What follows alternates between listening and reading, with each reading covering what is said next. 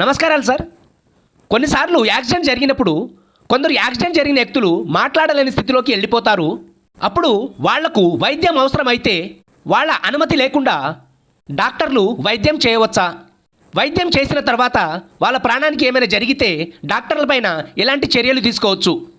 మీరు అడిగిన ప్రశ్నకు సమాధానం అర్థం అవ్వాలంటే నిజ జీవితంలోని ఒక కేసుని తీసుకొచ్చి వివరిస్తాను.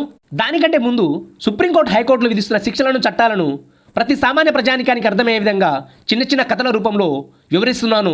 ప్లీజ్ లైక్, షేర్, సబ్స్క్రైబ్ చేయండి. నిజ జీవితంలోని కేసు ఏమిటంటే Ram Bihari versus state of Bihar.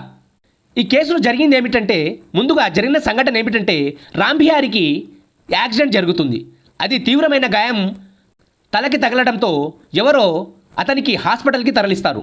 హాస్పిటల్కి వెళ్ళగానే డాక్టర్ చూడగానే రామ్ బిహారీకి తీవ్రమైన గాయమైంది, సర్జరీ తప్పనిసరి, లేకపోతే ప్రాణం పోయే అవకాశాలు ఉన్నాయని చెప్పేసి డాక్టర్ గ్రహిస్తాడు.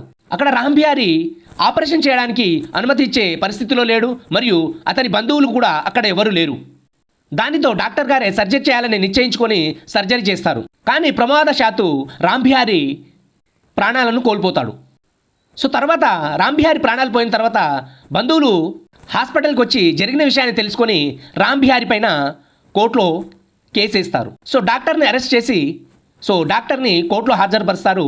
అప్పుడు కోర్టులో న్యాయమూర్తి ఏమని తీర్పు ఇస్తాడంటే, అప్పుడు రామ్ బిహారీకి అది అత్యవసరమైన చర్య, అక్కడ బంధువులు కూడా లేరు, అది డాక్టర్ గారు చిత్తశుద్ధితో రామ్ బిహారీని కాపాడడానికి చేసిన చర్య అని చెప్పేసి రామ్ బిహారీపై ఉన్న కేసును కొట్టివేస్తారండి. సో ఇలా ఎవరైనా సరే అపస్మారక స్థితిలో ఉంటే, అనుమతి ఇవ్వలేని పరిస్థితిలో ఉన్నా, లేకుంటే అతని బంధువులు కూడా దగ్గరలో లేకపోతే డాక్టర్లు గారు స్వయంగా వైద్య సేవలు అందించే అవకాశాలు ఉన్నాయండి. వైద్య సేవలు అందించిన అప్పుడు ప్రమాదవశాత్తు ఏమైనా జరిగితే డాక్టర్ గారులపైన ఎలాంటి చట్టపరమైన చర్యలను తీసుకోలేము. Thank you so much. Like, share, subscribe చేయండి.